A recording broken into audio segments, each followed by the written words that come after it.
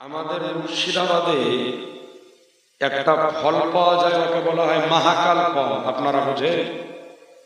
ওর ওপর দেখতে একেবারে লাল টকটকে আপেলের মতো, মনে হয় যে সকালে নাস্তার সাথে খায়। তো ওর ভিতরকে ফাড়ে যদি দেখা হয় তা আলকাতরার চাইতেও কালো। তো বর্তমান সময় এইরকম কিছু নামধারী মুসলমান বের হয়েছে, ওর কপালের দিকে তাকাবেন তো মনে হয় যে নমাজি একলাই আছে। ওর কথা শুনে মনে হবে যে জান্নাত থেকেও পালিয়ে আসা লোক। ওর ড্রেস দেখে মনে হবে যে মনে হয় যে জিবরিল আমিনের সাথে এখনই নামাজ পড়ে যায়। কিন্তু ওর পোশাক যদি খুলে দেখেন তো আলকাতরার চাইতেও কালো। এরা সর্বপ্রথম বলে যে পীর শব্দ গোটা কোরআন শরীফে কোথাও নেই। সারা পৃথিবীর বুকে যদি তার কাটা আদলা লোক থাকে তো এরা হচ্ছে একরকম। পীর শব্দটা হচ্ছে ফার্সি ভাষা, আর কোরআন মাজিদ হলো আরবি ভাষা। তো এখন ফার্সি জিনিস কি আরবি কিতাবে পাওয়া সম্ভব হবে? একটু জোরে বলতে পাওয়া যাবে না। হীরার দোকানে জিরা খুঁজলে পাওয়া যায় না, জিরার দোকানে হীরা খুঁজলে পাওয়া যায় না। তো কোরআন মাজিদ হলো আরবি আর পীর শব্দটা হলো ফার্সি।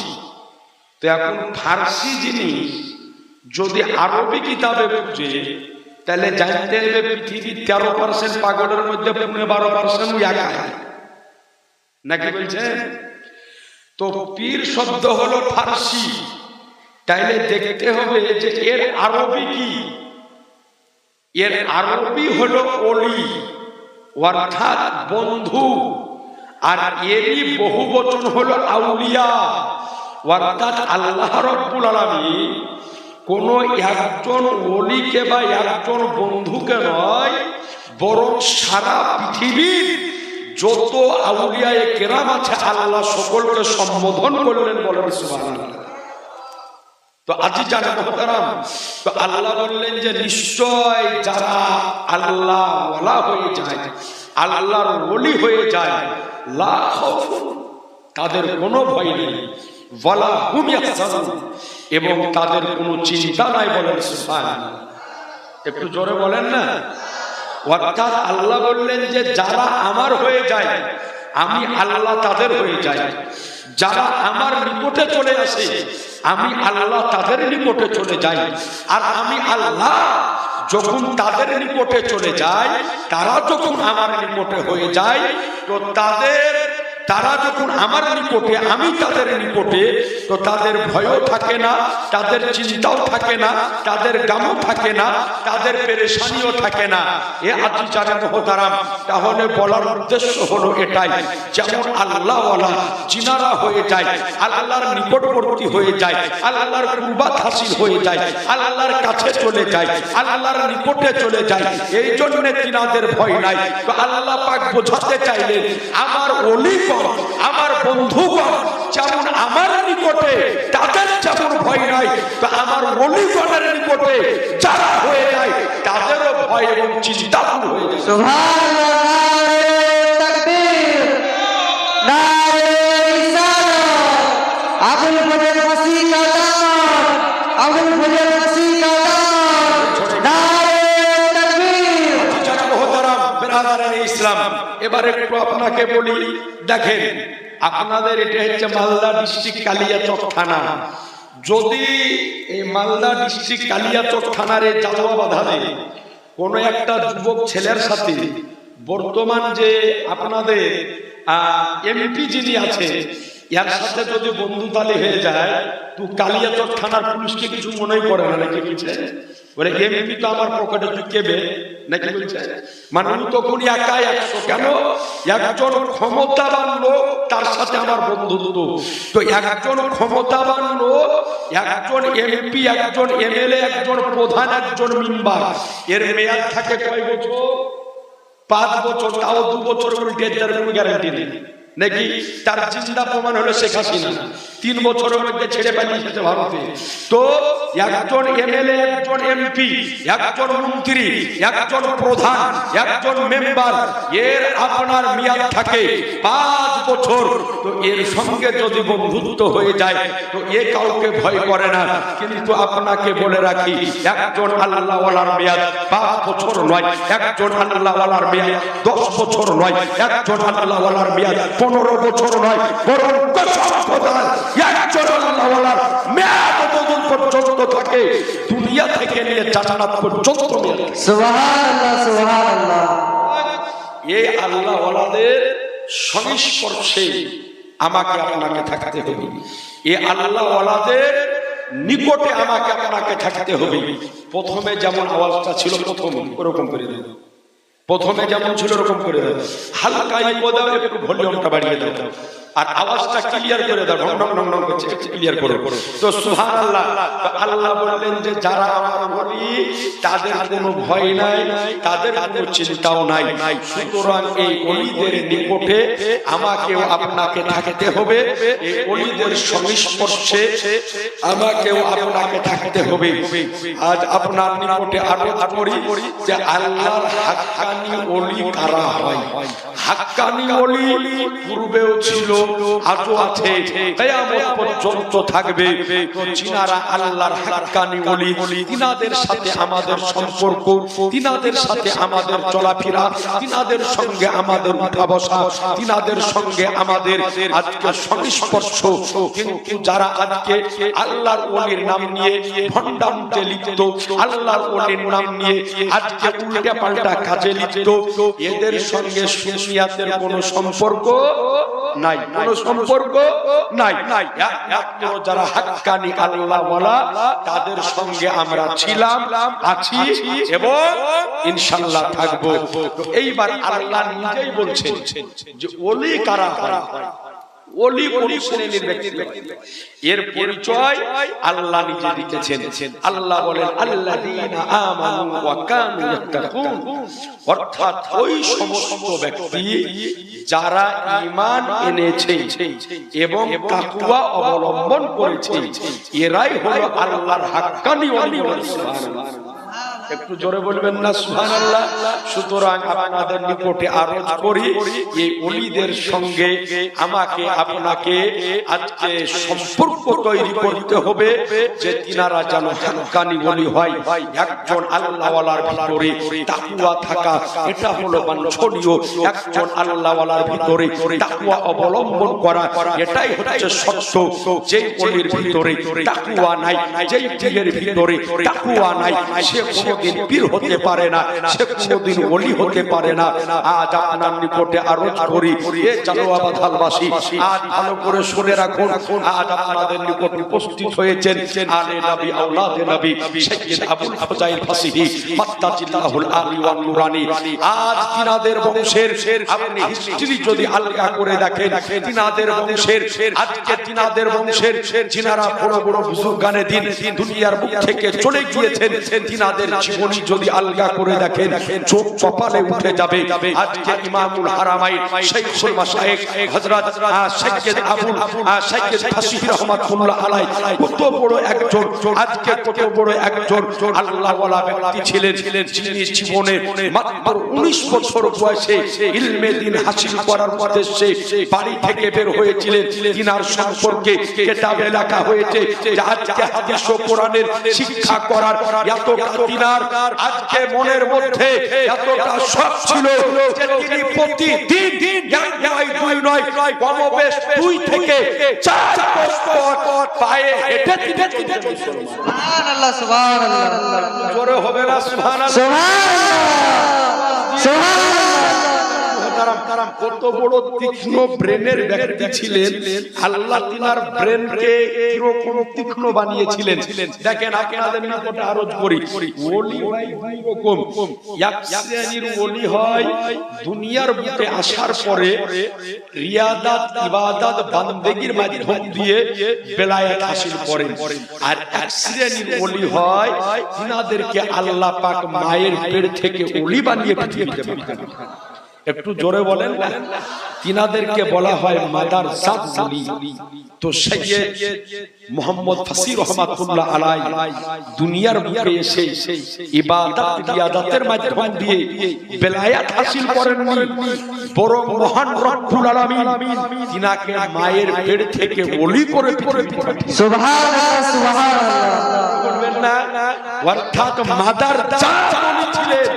বলে এর প্রমাণ তিনার একজন শিক্ষক মাওলানা সিফাতুল্লাহ সাহেব তিনি বর্ণনা করেন যে সৈয়দ মোহাম্মদ ফাসি রহমাতুল্লাহ আলাইহি 19 বছর বয়সে যখন আমার নিকটে শিক্ষা অর্জনের জন্য ইলমে দ্বীন হাসিল করার উদ্দেশ্যে যখন আমার নিকটে পৌঁছালো, তো আমি জীবনে অনেক ছাত্র পড়িয়েছিলাম, কিন্তু এই রকম তীক্ষ্ণ ব্রেন বলা ছাত্র আমার নজরে একটাও পড়েনি।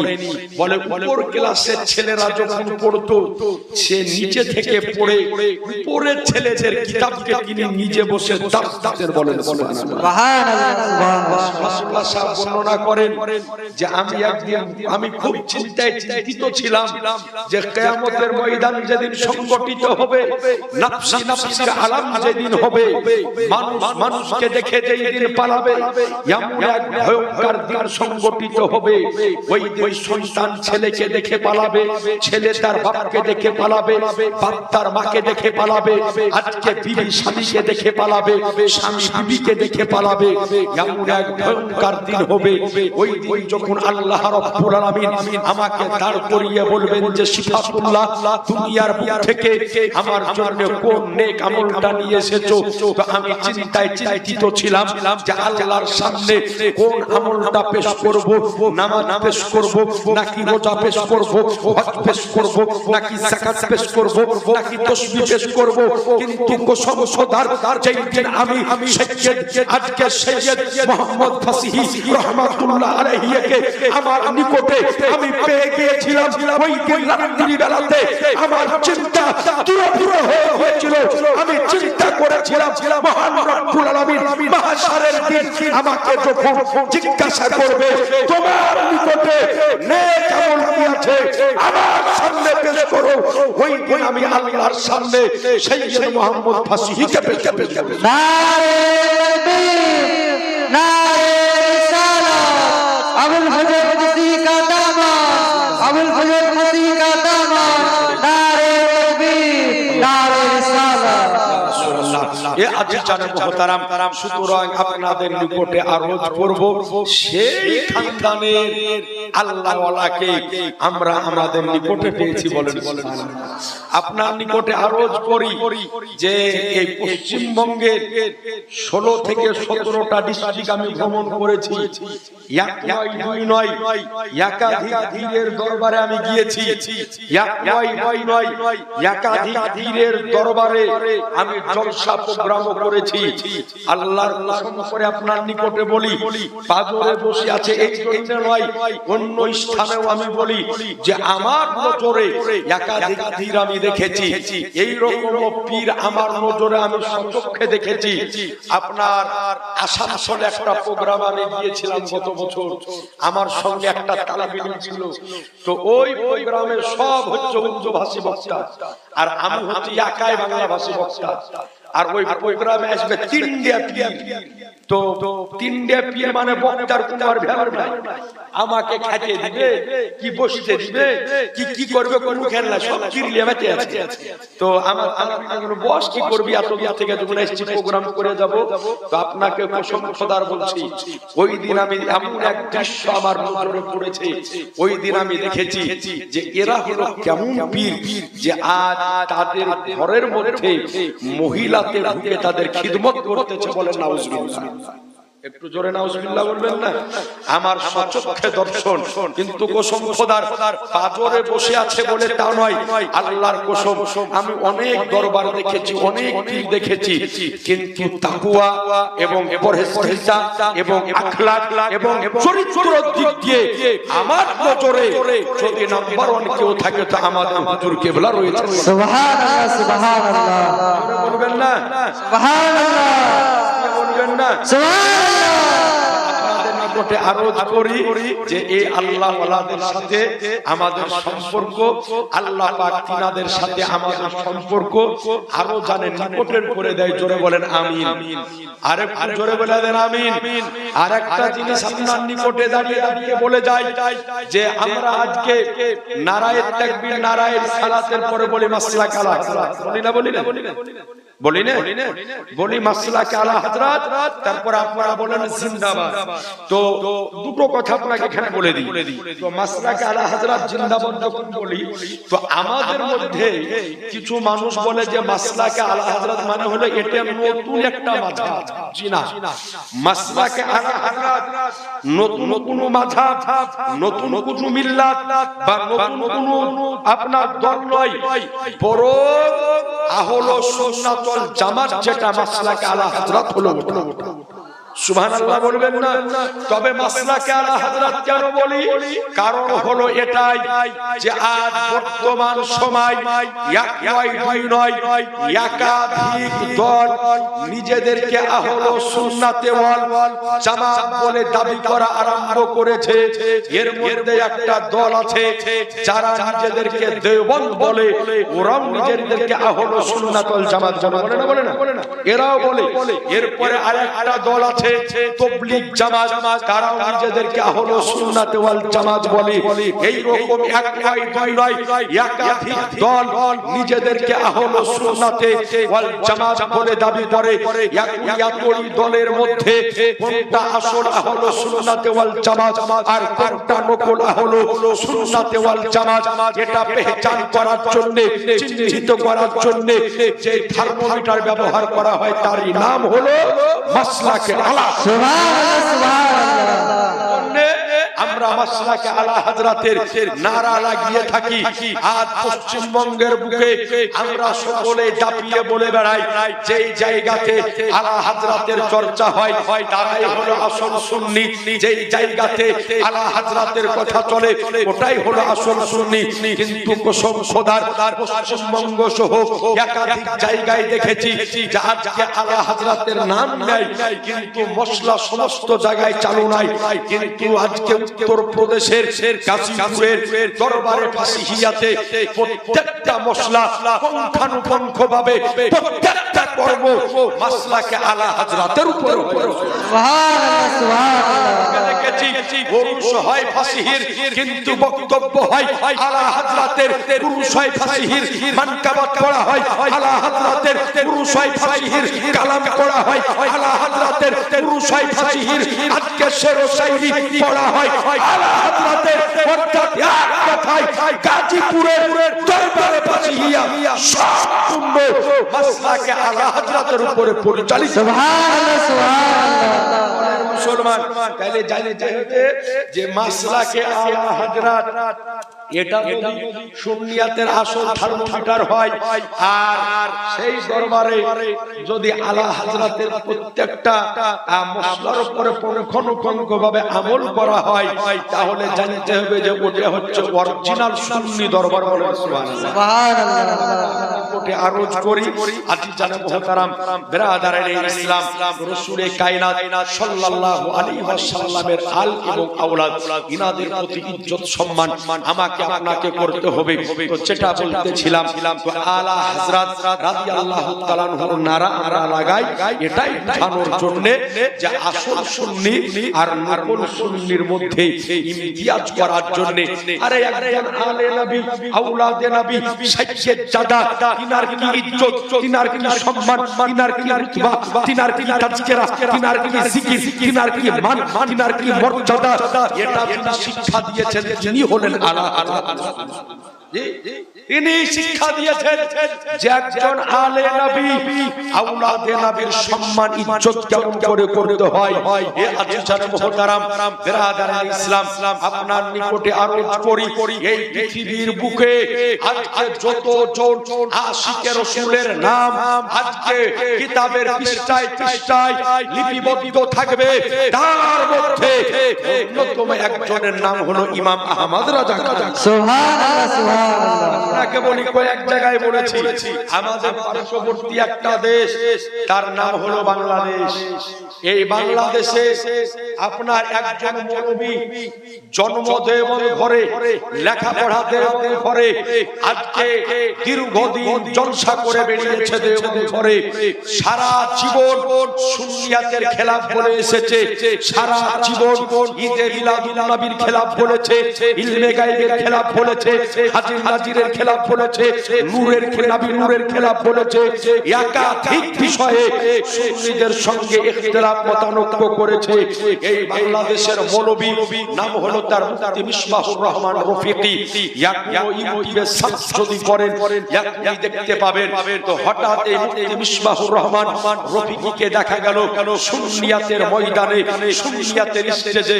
তাকে যখন আজকে প্রশ্নকারীরা প্রশ্ন করলো যে হ্যাঁ গো, তুমি এতদিন ঈদে মিলাদুন নবীকে গালি দিয়েছো, হাদিস নাজির বলনেওয়ালাকে গালি দিয়েছো, আজকে ইলমে গায়ব বলনেওয়ালাকে গালি দিয়েছো, নবী নূরের বলনেওয়ালাকে গালি দিয়েছো, হায়াত নবী বলনেওয়ালাকে গালি দিয়েছো, আজকে এখানে কেন আলে? তো বলছে যে শোনো, আমি সারা জীবন শুনে এসেছিলাম যে উত্তর প্রদেশের বেরেলির ইমাম আহমদ রাজা খান ছিল একজন মুশতাকে রাসূল। আমি সারা জীবন শুনে এসেছি, চিন্তা করলাম যে ইমাম আহমদ রাজা খান কেমন নবীর প্রতি মুশতাকি করেছে। একটু কিতাব আলগা করে একটু কিতাব খুলে দেখি, বলে নির্জন রাত্রি কালে আলা হযরতের লেখা কানজুল ঈমান। আমি খুলে পড়তে আরম্ভ করলাম, বলে রব্বে কাবার কসম আলা হযরত রাদিয়াল্লাহু তাআলা আনহুর কানজুল ঈমান। আমি পড়তে আরম্ভ করলাম, এক পৃষ্ঠা, দুই পৃষ্ঠা, চার পৃষ্ঠা, আট পৃষ্ঠা, 10 পৃষ্ঠা, একর পর এক যত পড়তে যাই নবীর প্রেম পেতে থাকি, যত পড়তে যাই নবীর ভালোবাসা পেতে থাকি, যত পড়তে যাই নবীর ইশক পেতে থাকি, যত পড়তে যাই নবীর উলফাত পেতে থাকি।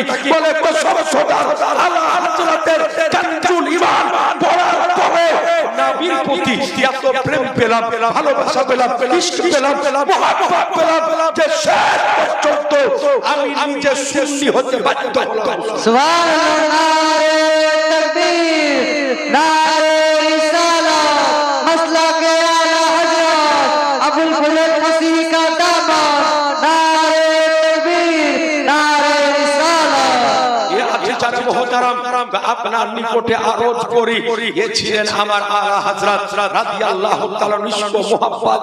কত বড় আজকে আশিকে রাসূল ছিলেন যে আমার আলা হযরত রাদিয়াল্লাহু তাআলা আনহু বলেন যে আমার দিলকে কেটে যদি দুভাগে বিভক্ত করা হয় তো কসম খোদার এক ভাগে থাকবে লা ইলাহা ইল্লাল্লাহ, অপর ভাগে থাকবে মুহাম্মাদুর রাসূলুল্লাহ। সুবহানাল্লাহ, বড় আশিকে রাসূল ছিলেন ওই আলা হযরত রাদিয়াল্লাহু তাআলা আনহু সাহেব জাদা মুফতি আজম আলম ইসলাম, মুফতি আজম হিন্দ আলাইহি রাহমাতুর রিদওয়ানের আজকে সাথী মুফতি আজম হিন্দ আলাইহি রাহমাতুর রিদওয়ানের ডান মুফতি আজম হিন্দ আলাইহি রাহমাতুর রিদওয়ানের সঙ্গে আজকে ছিলি মুনাজারায় এক নয় দুই নয় একাধিক জায়গাতে শুধু ওয়াহাবি তো ওয়াহাবি শিয়াদের সঙ্গে মুনাজারা করে জয়লাভ করে সুন্নিয়াতের ঝান্ডা উঁচু করে নিয়ে এসেছেন।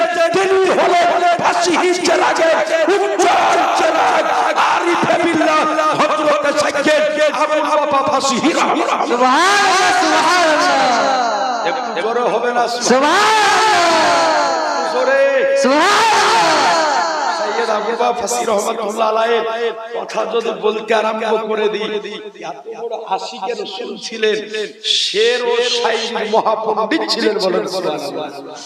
যে কোনো কথা আরবি হোক, উর্দু হোক, ফারসি হোক, একটু এদিক ওদিক ঘুরিয়ে বললে ওটা শের বেড়ে যাবে। বলেন সুবহানাল্লাহ।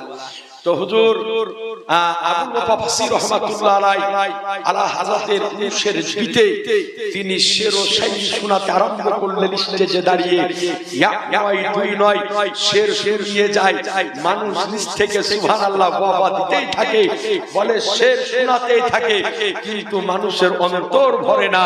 আজকে ওই শের ও শায়রি শোনার পরে আলা হযরত রাদিয়াল্লাহু তাআলা সাহেব জাদা মুফতি আজম আলম ইসলাম মুফতি আজম হিন্দ রহমাতুল্লাহ আলাইহি তৎকালীন যুগে সৈয়দ আবুল বাবা ফাসিহ রহমাতুল্লাহ আলাইহি 51 টাকা উপহার দিয়েছিলেন। সুবহানাল্লাহ সুবহানাল্লাহ সুবহানাল্লাহ সুবহানাল্লাহ। আপনাদের নিকটে আবেদন করব, সময় খুব সংক্ষিপ্ত, হুজুরের একটু নসিহত শুনতে হবে নাকি বলেছেন? হুজুরের নসিহত শুনবো না? হুজুরের একটু নসিহত আমরা শুনবো।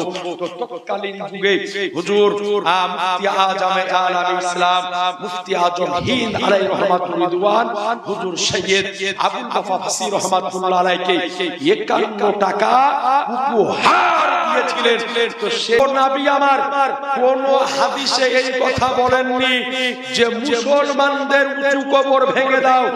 হযরতে আলী রাদিয়াল্লাহু তাআলা আনহুকে নবী আমার হুকুম দিয়েছিলেন যে যত তুমি উঁচু কবর পাবে এই সমস্ত উঁচু কবরগুলিকে ভেঙে গুড়িয়ে দিবে।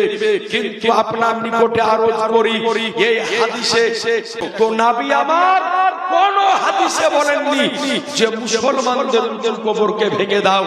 এই হাদিসের ব্যাখ্যাতে ইমাম ইবনে হাজার আসকালানী রাহমাতুল্লাহ আলাইহি বুখারীর সারা ফাতহুল বারীর মধ্যে স্পষ্ট আকারে বলেছে যে নবী আমার হযরতে আলীকে যে সমস্ত উঁচু কবরকে ভেঙে দেওয়ার অনুমতি দিয়েছিলেন ওই কবরগুলা কাফের মুশরিকদের কবর ছিল, কোন মুসলমানের কবরকে ভাঙার অনুমতি নবী আমার দেননি।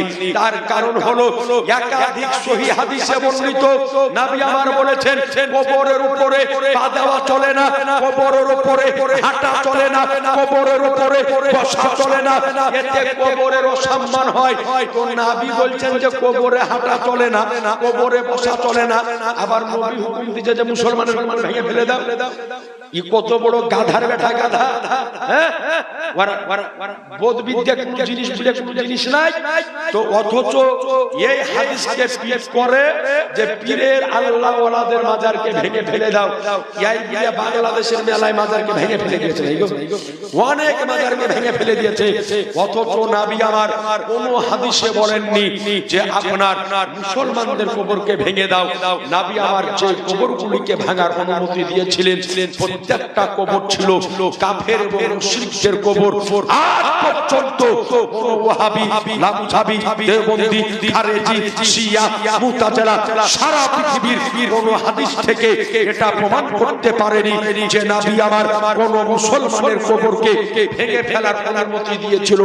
যদি ভেঙে ফেলার অনুমতি দেয় আর হযরত আলী যদি ভাঙে তো কোন সাহাবীর কবর ভেঙেছিল প্রমাণ দাও, কোন সাহাবীর কবরকে ভেঙেছিল তার এক সাহাবীর নাম বলো, কিয়ামত হয়ে যাবে, সম্ভব হবে না। বুখারী, মুসলিম, তিরমিজি, আবু দাউদ, ইবনে মাজাহ, নাসাই, তারমি, দারকুতনি, বাইহাকী, কাসাইসুল কুবরা, মুসনাদ আহমদ, মুসনাদ বাজ্জার একাধিক হাদিস শাস্ত্রের কিতাব থেকে আপনি আলগা করলে এটা কারো পক্ষে দেখানো সম্ভব হবে না যে নবী আমার কোন মুসলমানের কবরকে ভাঙার অনুমতি দিয়েছিলেন। বরং নবী আমার যে সমস্ত কবরগুলি ভাঙার অনুমতি দিয়েছিলেন প্রত্যেকটা কবর ছিল কাফের এবং মুশরিকদের কবর। সুবহানাল্লাহ।